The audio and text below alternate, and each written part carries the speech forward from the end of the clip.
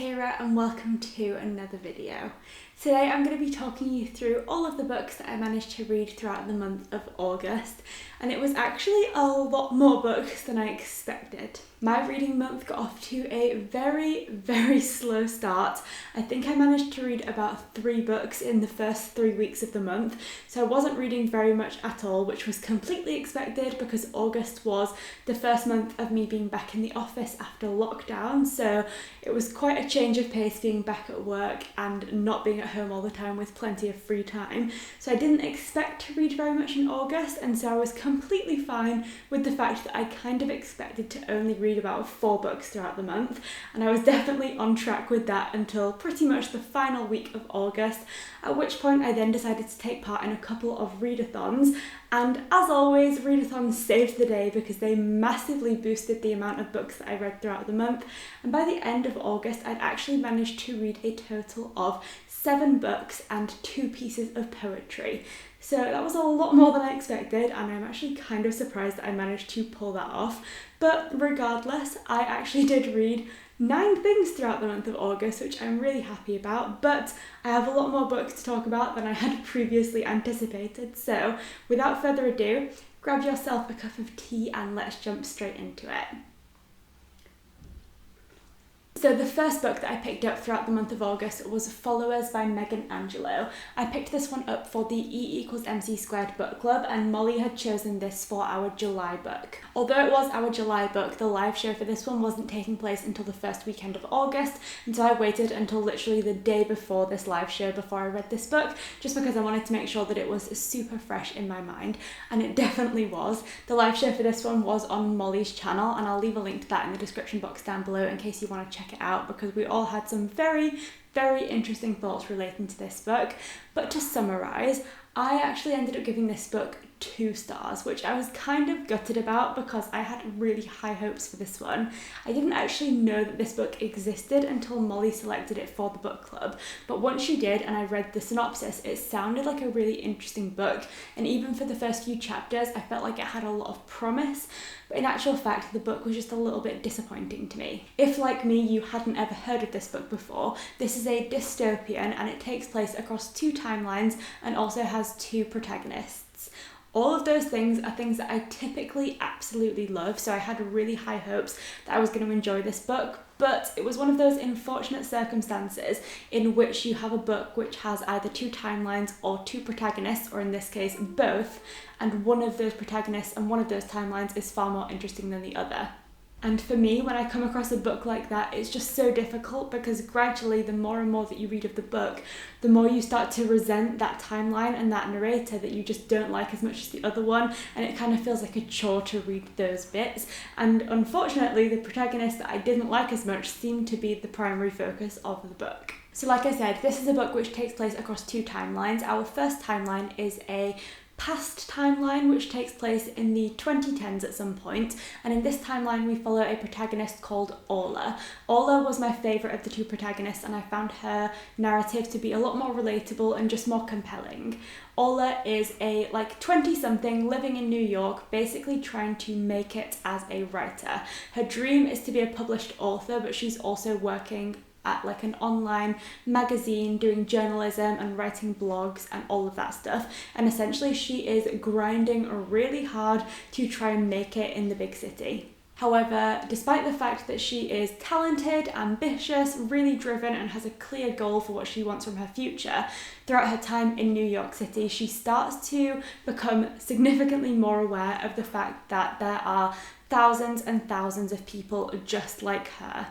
People who are talented, who've been to college, who have drive, who have ambition, who have the exact same goals that she has, and that she is basically competing against herself thousands of times over. And this book does a really good job of sort of exploring that reality, which is something that I think a lot of sort of new graduates and 20-somethings can relate to, because it often does just feel like an impossible competition, not only to figure out who you are and what you want to do with your life, but then once you figure that out, actually putting that into practice is almost impossible at times, because it seems like there's always someone who is just slightly better than you, and it's just a really difficult market to work in and live in and to try and make a name for yourself, especially in such a competitive and popular city as New York.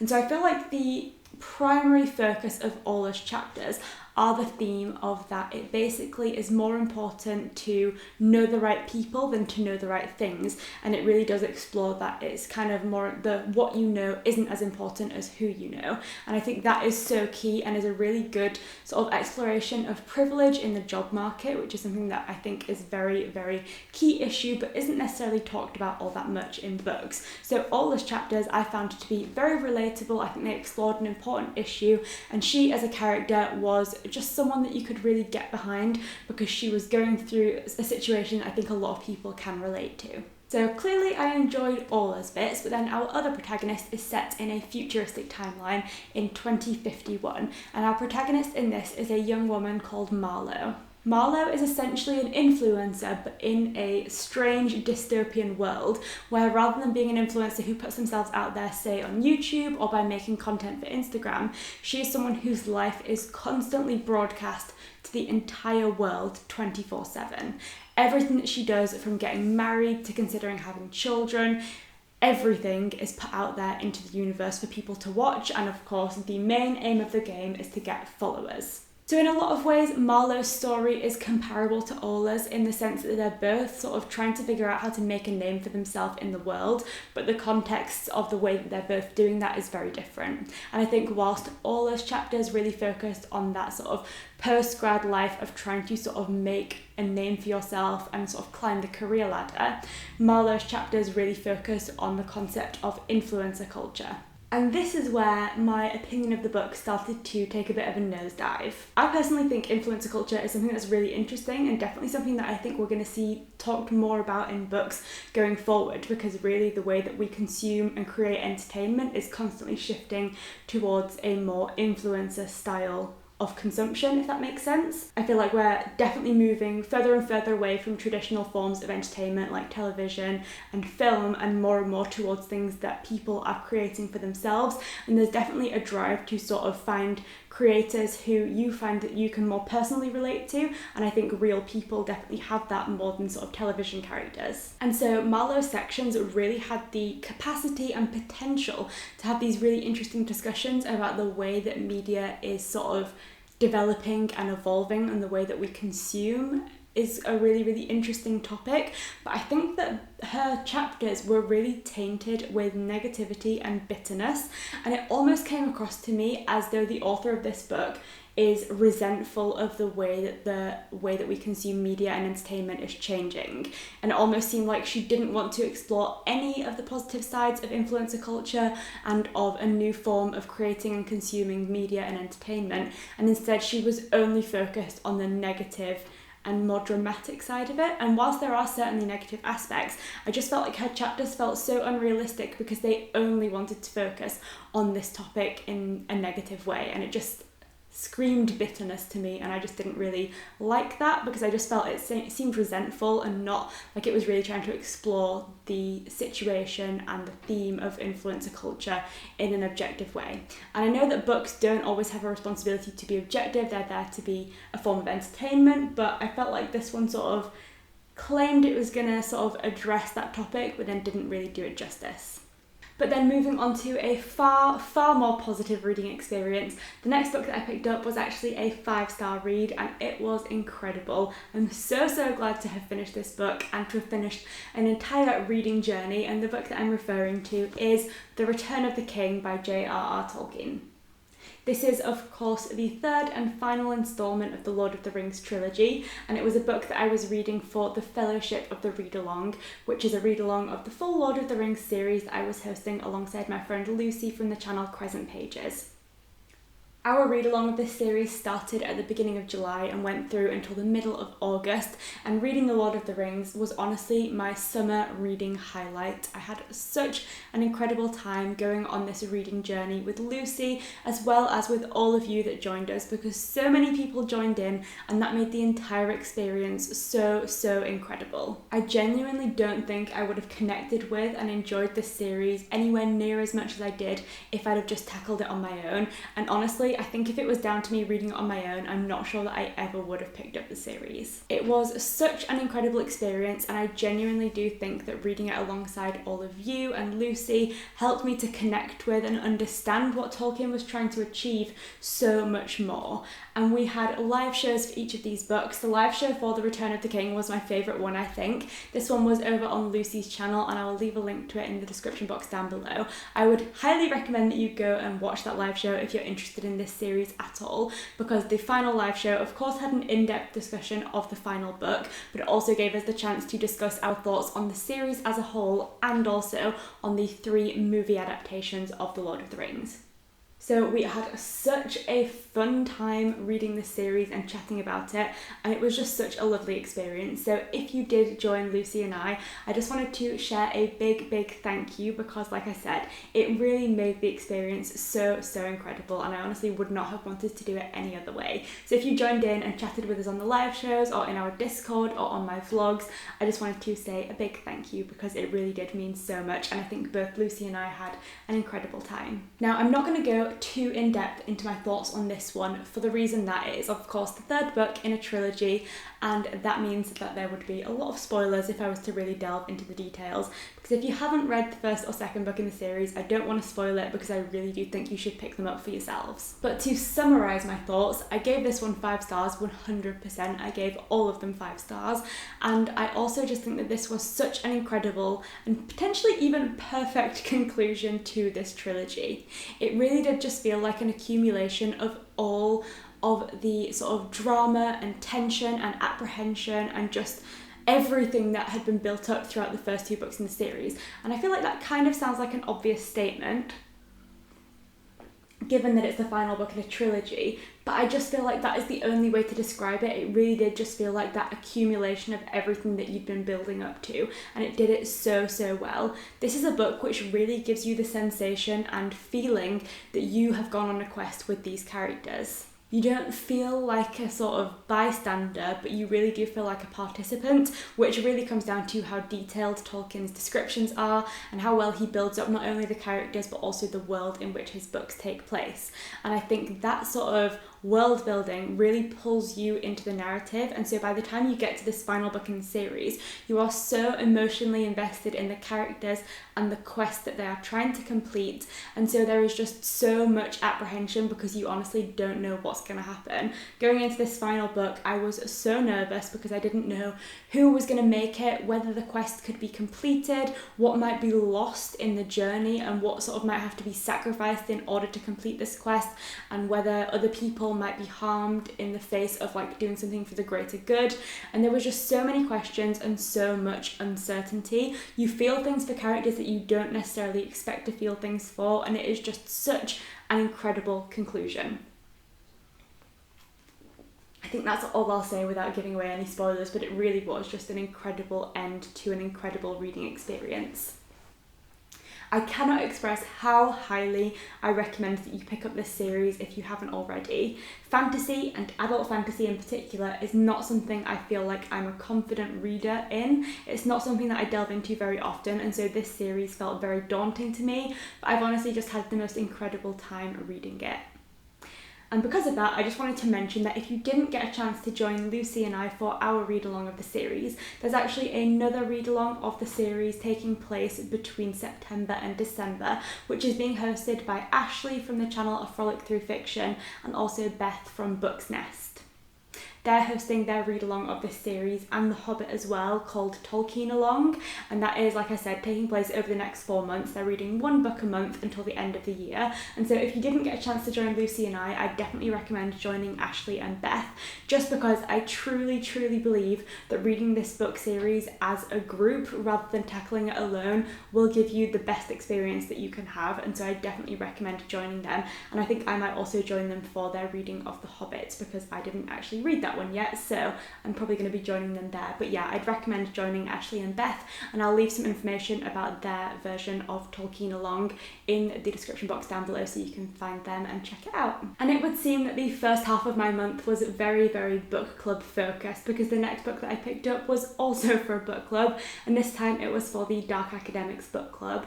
Our August pick was If We Were Villains by ML Rio, and we had a live show discussion for this one over on Emma's channel. If you're not familiar with the Dark Academics book club, we are a book club that is made up of me as well as Emma, Lucy, Carolyn and Mary, and we had such an interesting discussion about this book over on Emma's channel. I think it was such an interesting one because this book was quite divisive and some of us absolutely loved it and other ones not so much, so I definitely recommend going and watching that live show because it was a really, really interesting one. I was on the side of the table which really, really liked If We Were Villains. I gave this one 4 stars and it was such a fun dark academia. I would describe this book as a Shakespearean dark academia. It takes place in a conservatory, which is, from what I understand, a college or a college-like school, which is for arts students, so things like people who are studying art, music, drama, all of those types of things. And in this instance, we're following a group of theatre students who are particularly studying Shakespeare. So we have this very, very theatrical group of students who are in their final year of studying drama and performing Shakespeare. Because they're at the beginning of their final year, they're getting very, very excited about playing some big characters in their final year performances, about being exposed to agents and sort of making their debut as Shakespearean actors in the real world post-graduation. So there's a lot of excitement but also a lot of tension, and the group of characters that we're following are very, very close to one another.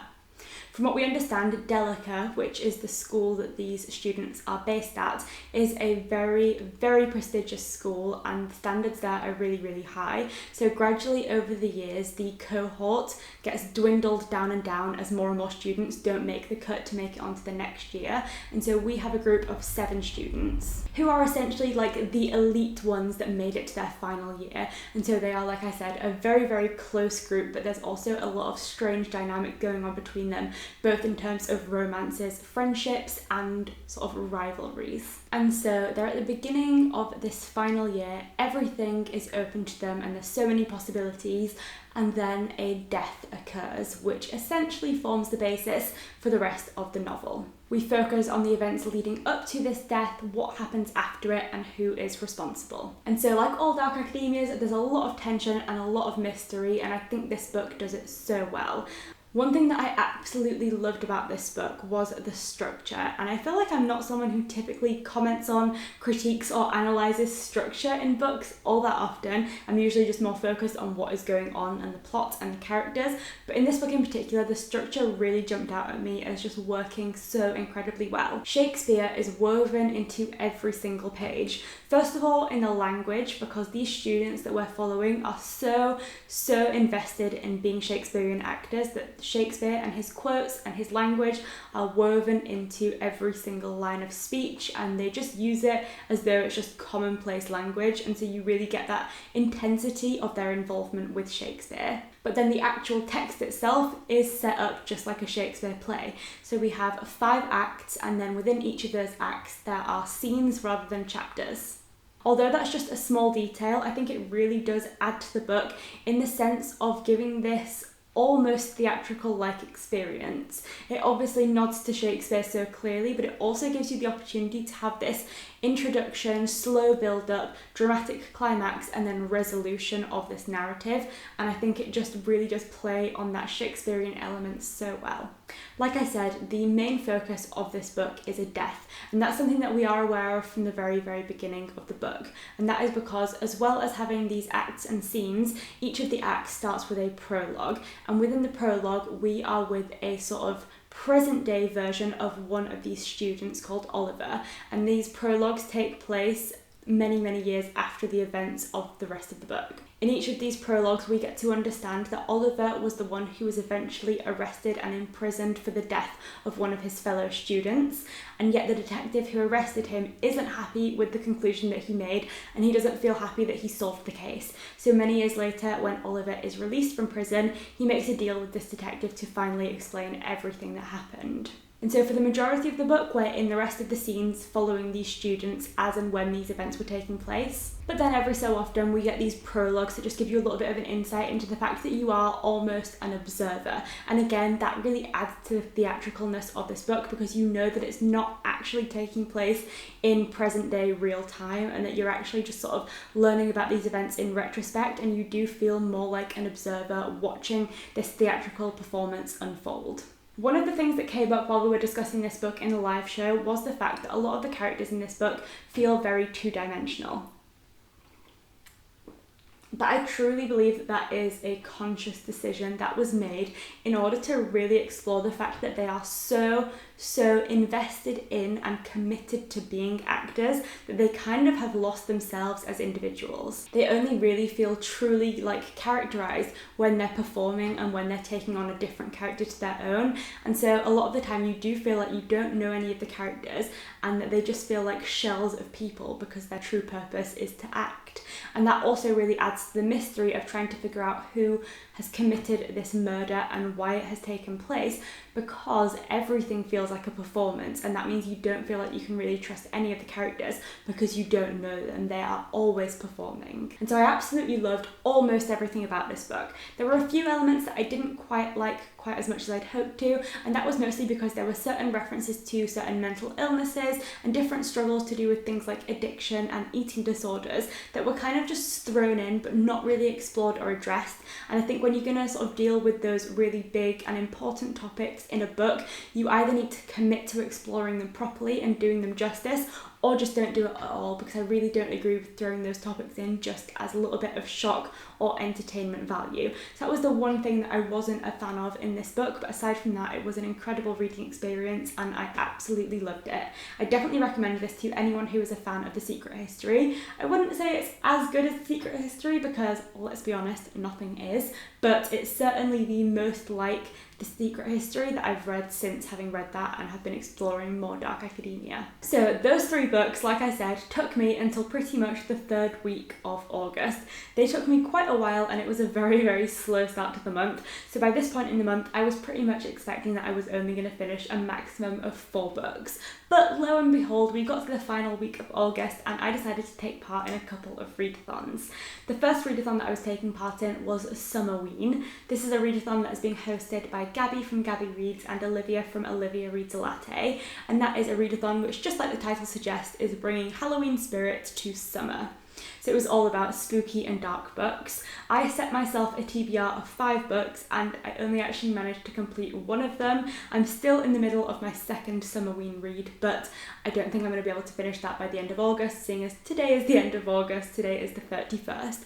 So I'm assuming that I'm going to finish that one in September. So the one that I did pick up was actually an incredible book. I'm really glad that of the 5 books I decided to go for this one first because I loved it so much and gave it 5 stars, and that was The Guest List by Lucy Foley. This is the second book by Lucy Foley that I've read in just a matter of weeks, because I read her first book, The Hunting Party, at the end of July, and having read that, I really loved it and wanted to move on to her next book very quickly. And so I'm really pleased to say that whilst I gave The Hunting Party 4 stars, I enjoyed this one, of course, even more and gave it 5. The Hunting Party is a debut, and I think that there were certain elements of it which I just didn't quite like or felt like they kind of missed the mark slightly.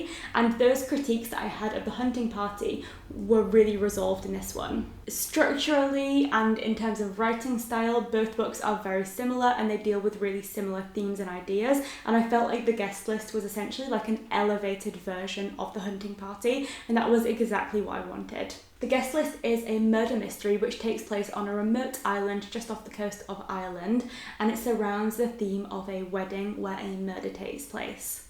We follow quite a few different perspectives in this book, which I think is so incredible and really adds to the mystery, because you really feel like you are getting to know so many people but also learning so many ways that everyone could be the suspect. Because it's around a wedding, the characters that we follow are all sort of titled around their role at the wedding. So we get to follow the bride, the wedding planner, the groom, the best man, the bridesmaid, who also happens to be the bride's younger sister, and also a +1 at the wedding. So we have quite the range of characters, and gradually we get to know all of them and start to learn all of their dark secrets, because this book is all about secrets. It seems that no one can be trusted, and that makes this a very, very interesting book because you really do have your work cut out trying to figure out who the murderer is.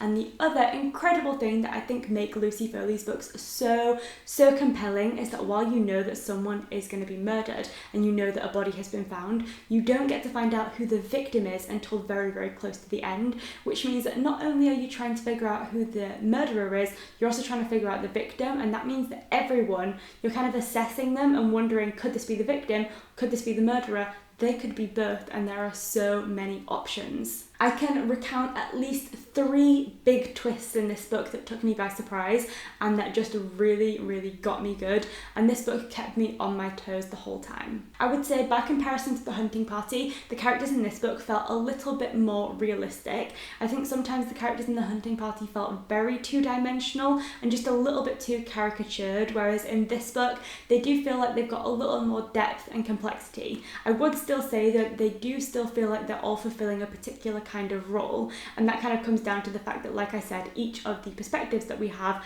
are even titled relating to their role at the wedding. So for example, Jules, who is the bride, her chapters start saying Jules the bride, and Olivia has Olivia the bridesmaid, or Aoife the wedding planner, and so everyone is there playing a very specific role, and I think it's all about that theme of appearances, and so in this book it works really well, and I just think that it was an incredibly motivating book to read because you are so compelled and so invested in figuring out who has committed this murder, who the victim is, and just what is going on with this incredibly complex group of people who are supposed to be friends but also kind of despise each other. The next readathon that I took part in was actually a Rory Gilmore 24-hour readathon that I was hosting myself alongside my friend Carolyn from the channel Carolyn Marie Reads. We hosted this readathon together in the final weekend of August, and it was so much fun. Just like the title would suggest, it's a readathon which is all about reading like Rory Gilmore. And that essentially just means reading as much as possible, but particularly reading books from the Rory Gilmore reading list, which is the list of all 339 books that get mentioned in Gilmore Girls. And so throughout this 24-hour readathon, I had such a fun time reading and also doing some other really fun Gilmore Girls related activities. My reading vlog for this readathon is already live on my channel, so I'll link that for you to go and watch, because honestly, it was probably the most fun I've ever had doing a 24-hour readathon. And that's saying something because I always have such a fun time during readathons. But moving on to the books that I read, throughout the 24 hours, I managed to read 4 things.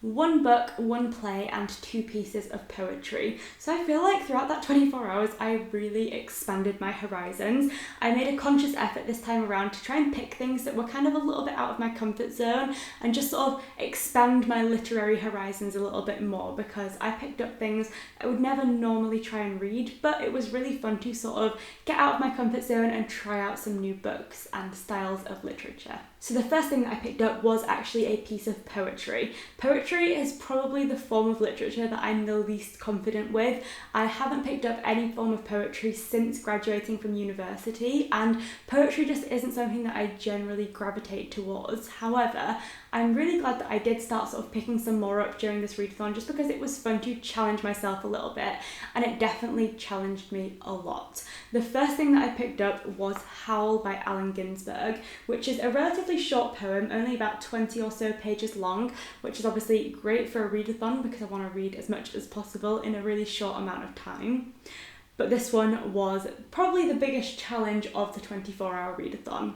The poem starts off in a relatively obvious way, and it seems to be Allen Ginsberg exploring himself and his contemporaries and some of the struggles that they've gone through in terms of things like mental illness. And it starts out with a line which I think sort of explores that a little bit more, which is, "I saw the best minds of my generation destroyed by madness." And so it kind of explores, like, I guess the culture of like driving yourself to be successful, and then the madness and sort of despair that can come alongside that. And the book, or the poem rather, is split into 3 parts. So the first part kind of did what I just explored in Allen Ginsberg, looking at himself and his contemporaries and exploring some of their struggles. The second part lost me completely, and the third part kind of started to pull me back. But this is a poem which, despite being very short, left me feeling a little bit confused about what I'd just read, and it's something that I'm trying to do a little bit more research into, because certainly it wasn't like reading a book where you know what you've read and you can explain it to someone and tell them why you liked it. It was an intense poem and one that dealt with a lot of different topics, but it's one that I'm definitely going to struggle to explore. I ended up rating it 3 stars on Goodreads because, like I said, the first part was interesting, and then after that it kind of lost me, but I may come back and sort of edit my rating of the poem after doing some more research and maybe getting a little bit more of an understanding.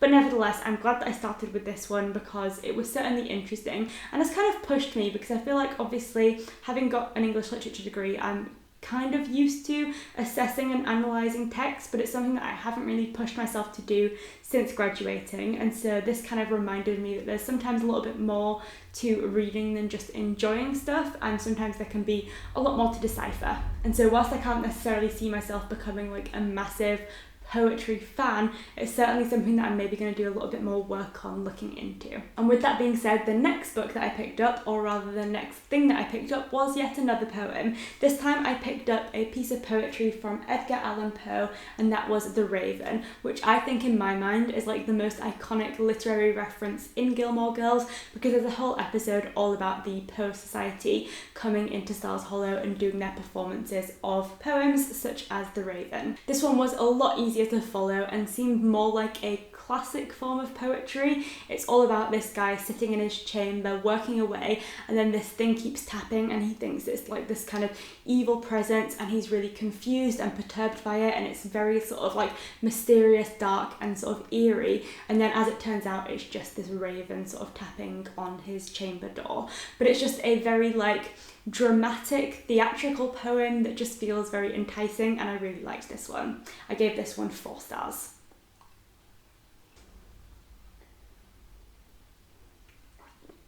And then moving on to the only full-length novel that I read during this 24 hours, which sounds like a slightly odd statement to say from me because typically I only read novels, so I had a very, very varied 24 hours.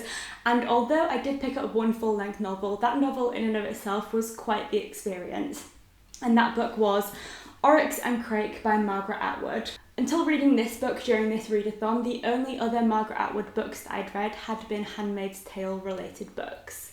I'd read The Handmaid's Tale to death because it was the subject of my dissertation, so I'd really deciphered pretty much everything that you could decipher from that book. And then I also read The Testaments, which was the sequel to The Handmaid's Tale that came out last year. And so immediately upon reading this book, I was drawing comparisons to The Handmaid's Tale, and there were quite a few, mostly surrounding the subject matter of each book. Both are dystopians, and both are very much focused on the concept of environmental crisis, and in particular crises that surround the population. While in The Handmaid's Tale we focus on a response to underpopulation, this book is more focused on the concept of a response to managing overpopulation, but both books do have some really similar themes, narratives and conversations around the environment and population. And then in the structure of both books there are definitely some similarities as well, particularly in the sense that whilst the majority of both books takes place in this dystopian universe following a main character that is living in a dystopia, we also have flashbacks to the world before these environmental crises took place, which kind of give you a little bit more understanding and context about why the world has developed in the way that it has. But aside from those similarities, this book is very different to The Handmaid's Tale, and is also, I would argue, a lot harder to follow.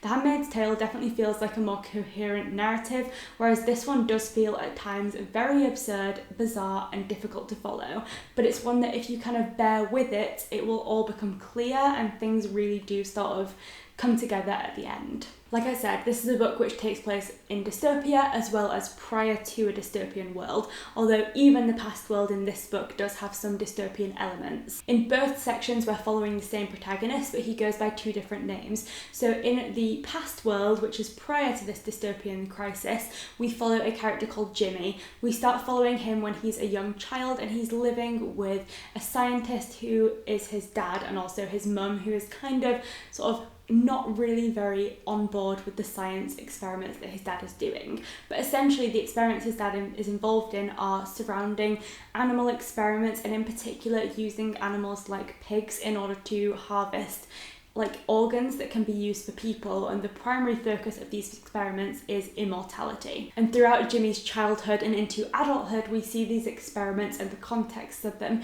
developing and continually evolving as society moves more and more towards this focus on immortality. And then in the sort of futuristic dystopian timeline, we follow Jimmy, but he now goes by a name of Snowman, and he seems to be living in quite a barren, almost post-apocalyptic world where he lives pretty much on his own. He's the only human around, and he's also responsible for taking care of some children called the Children of Crake, and they are kind of like humans, but they kind of go by some slightly different biological rules and are just like a more elevated version of humanity, only without the like intellectual understanding and context of the world. And so there are some really, really bizarre things that happen in this book. And in the beginning of the book in particular, before you actually get introduced to Jimmy and you're only with Snowman, this book feels really odd. If any of you have ever read any of Samuel Beckett's plays, I would say that there seem like some definite similarities between the two. Samuel Beckett's plays are absurd, to say the least. They feel very, very odd,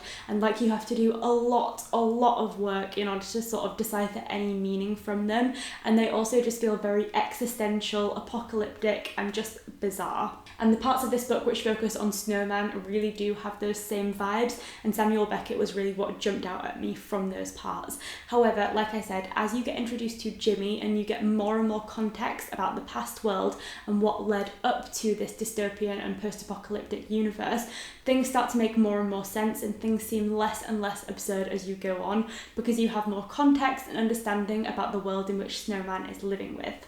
And so this is a book which kind of takes a little bit of effort to get into. It's not an easy narrative to follow, but it's one that becomes clearer and clearer as you go through it. And then by the end, you feel like you do have a much more clear understanding and a wider picture about this universe and everything that's happening within it.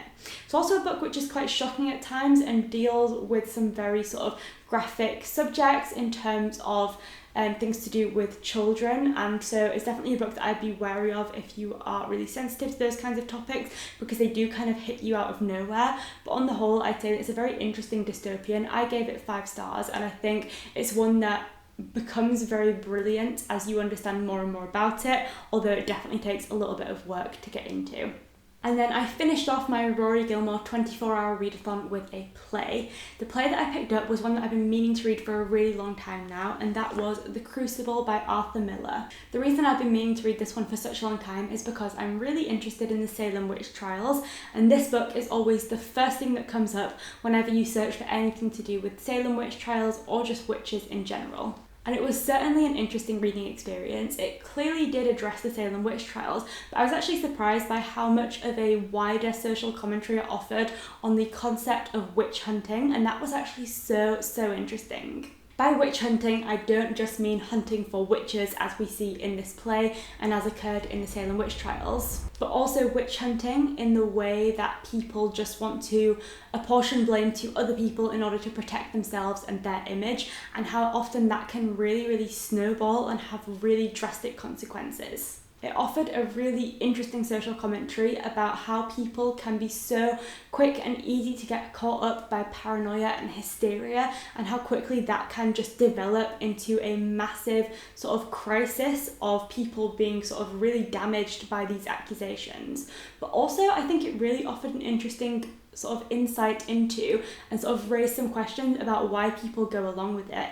We have, of course, got the people who are sending those blame out to other people and accusing other people of being witches, but then we also have these young women who are actually agreeing to take blame for being witches, although they know full well that they're not. And it's almost sort of an insight into the psychology behind blame and how people can be convinced into believing that they have actually done something wrong when deep down they know that they haven't.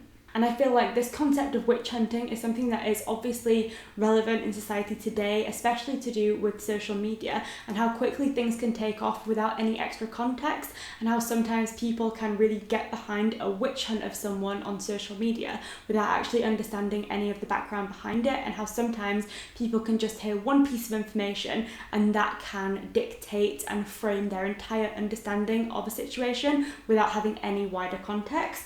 And although I wouldn't say that this play addresses the issue or offers any kind of conclusion or solution to it, it's just interesting to see that commentary sort of addressed and the discussion opened up, and it was definitely an enjoyable experience to read. Although I was actually discussing it with someone on Instagram after the readathon, and we both agreed that although it was interesting to read about, we're not sure that it would actually make a very interesting play to watch in a theatre. So if any of you have actually seen this performed, I'd love to know what you think of it.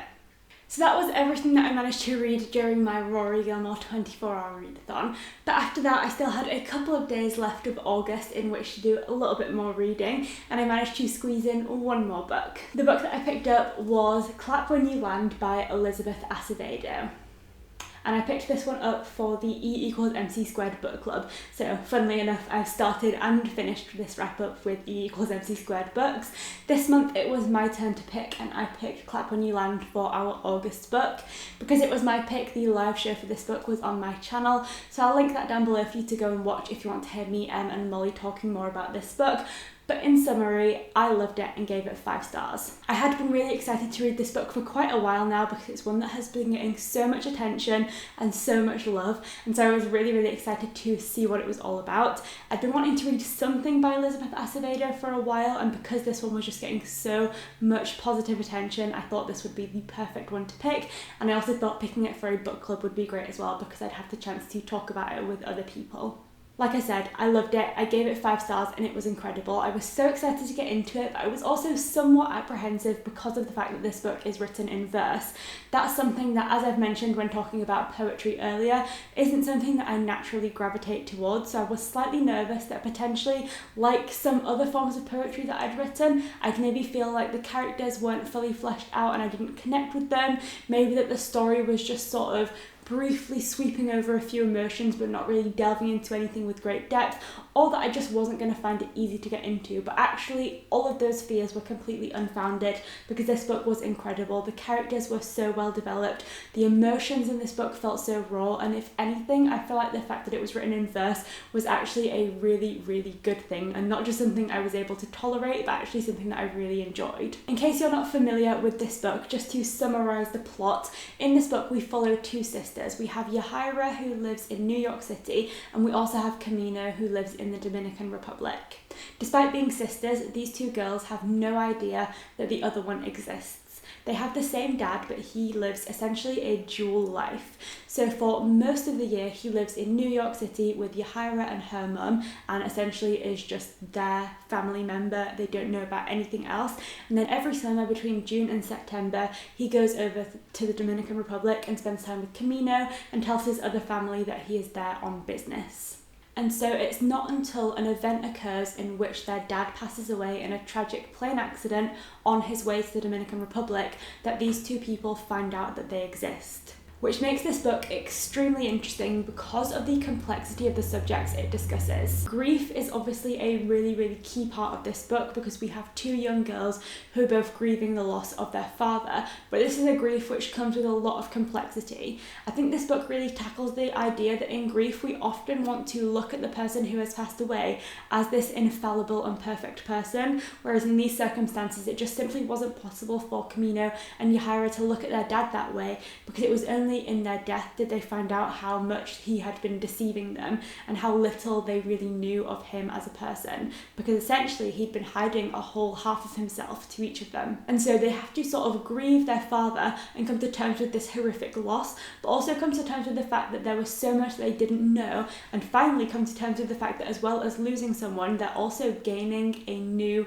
sister that they didn't know existed. And yet this thing that should really be a source of joy and happiness in finding a new family member is obviously tainted with the sadness of loss, of this relationship that they'll never get back. This book also has some really, really interesting discussions about privilege, because we of course have two sisters who are leading very, very different lifestyles. Though both of them share a cultural heritage with family from the Dominican Republic, Camino actually lives there and is dealing with the realities of being from a place that doesn't have a lot of opportunity for her. She has the ambition of wanting to become a doctor, but she doesn't have that opportunity of going to school easily. She has to rely on her dad sending money for her to go to private school, to rely on her dad protecting her from men who would like to sort of lure her into sort of their world and into a lot more darkness and danger, as well as the fact that simply just things like Wi-Fi and luxuries of having easy access to food and electricity are just not things that come easily to her in the Dominican Republic. Whereas Yahaira lives in New York City and has a lot more privilege. Education is something that comes easily to her. She doesn't have to worry about money. The concept of going to college or choosing to pick a different career is something that she has easy access to. And simply just being able to travel to the Dominican Republic is something that she can do without even thinking about it. And there's a really impactful quote in here, which essentially is from Camino saying that she resents her sister being able to so easily book a flight to the Dominican Republic because no one has to worry that she's going to want to stay over her visa allowance. And so there's always these complexities and nuances of this relationship, because in a lot of ways these two sisters are similar and they share a lot of connections, but in many ways they also have so many differences, and simply because of having different lived experiences and living in different places, having different privileges, there are so many things that they can't understand about each other. And this book really does delve into all of those nuances and the really difficult discussion of privilege. It's also a story that's kind of tainted with some sadness, because despite some, well, it's tainted with a lot of sadness, but there's a lot of sadnesses in the sense of the way that we get to know a lot of different characters, such as Yahaira's mum, who has obviously been massively betrayed by her husband having a completely separate family. We have Camino's aunt, who is there trying to do the best for her niece, but also living in really, really difficult circumstances, as well as some of Camino's friends in the Dominican Republic who are living an even less privileged lifestyle than her. So this is a book which deals with a really, really complex subject matter. I'd say that grief is at the heart of the story, but so many other things come from that discussion of grief, and there is a lot of hope and happiness within this story, but it's one that is a difficult one to read, and I think the fact that it is written in verse really does justice to the discussion of grief. Grief is something that is difficult, is messy, and isn't necessarily easy to write about. It's not something that you can always eloquently put onto a page and into a paragraph and write a pretty story about. And in this book in particular, because the grief is tainted by so much deceit, it's such a messy and complicated experience that these characters really have to process all of that emotion, and I think being written in verse really gives you the opportunity to sort of see their process of grief and not just see it as something that has been neatly put onto a page, but is actually like a lived experience. And I do think that being written in verse gives you that opportunity to go on the experience of grief with the characters as they process all of the complexities of all of the emotions that they're feeling and dealing with due to the aftermath of all of the things that have happened. So all in all, this was an incredibly well written book. It was so emotional, so hard hitting, and really dealt with some super important topics, and I just think it was so incredibly well written. I'll definitely be reading more by Elizabeth Acevedo soon because I loved this book so much. The next one I'm going to be picking up is actually With the Fire on High, which I understand is a prose novel and is not written in verse, so I think it's going to be really interesting to compare her verse narrative style to her prose. But either way, I'm really excited to read more of her books because this was so incredible. And Clap When You Land brought my August reading month to an end.